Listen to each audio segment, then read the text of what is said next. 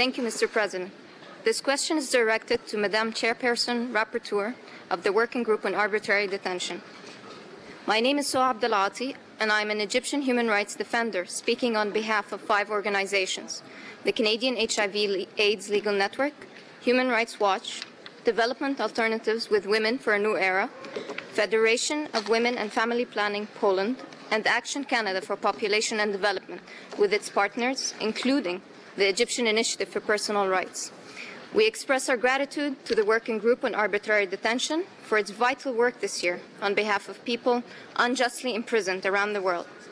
Madam Chair, we commend the Working Group for highlighting the situation of vulnerable groups in detention in its current report.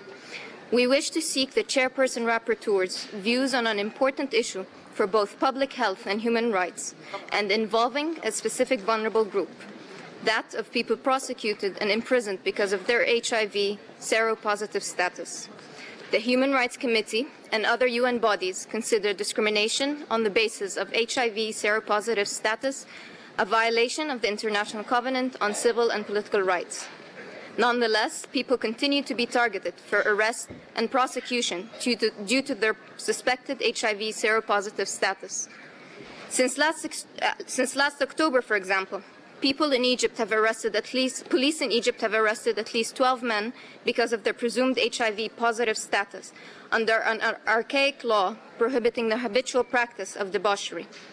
Although police presented no evidence that any of these men have committed any crimes, prosecutors and judges have explicitly and repeatedly stated that these men must remain in detention because they remain a threat to public health.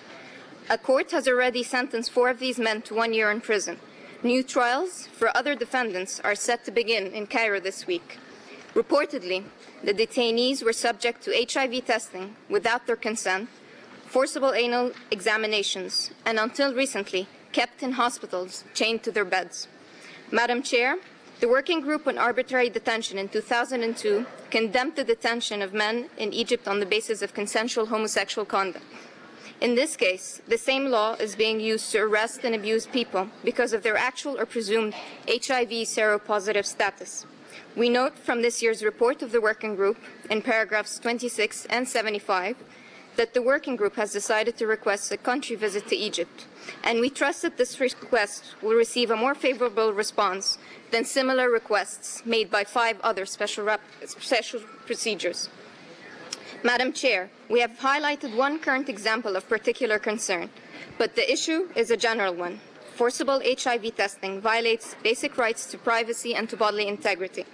Arresting or detaining people because of their actual or presumed HIV status threatens public health by sending the message that it is dangerous for anyone to seek information about HIV prevention or treatment. Torture and invasion of privacy based on actual or suspected HIV seropositive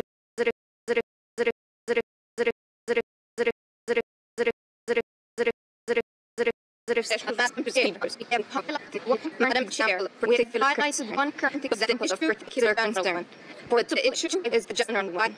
Forcible HIV testing and violating basic rights to privacy and to bodily integrity because of their arresting or detaining people because of their actual or presumed HIV status, but threatens public health by sending the message that it is dangerous for anyone to seek information about HIV prevention or treatment.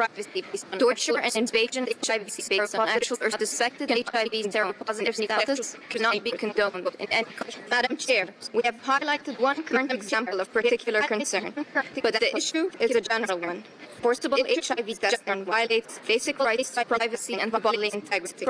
Arresting or detaining people because of their actual or presumed HIV status threatens public health by sending the message that it is dangerous for anyone to seek information about HIV prevention or treatment. Torture and invasion of privacy based on actual or suspected HIV seropositive status cannot be condoned in any culture or by any moral code. Madam Chair, we have highlighted one current example of particular concern, but the issue is a general one.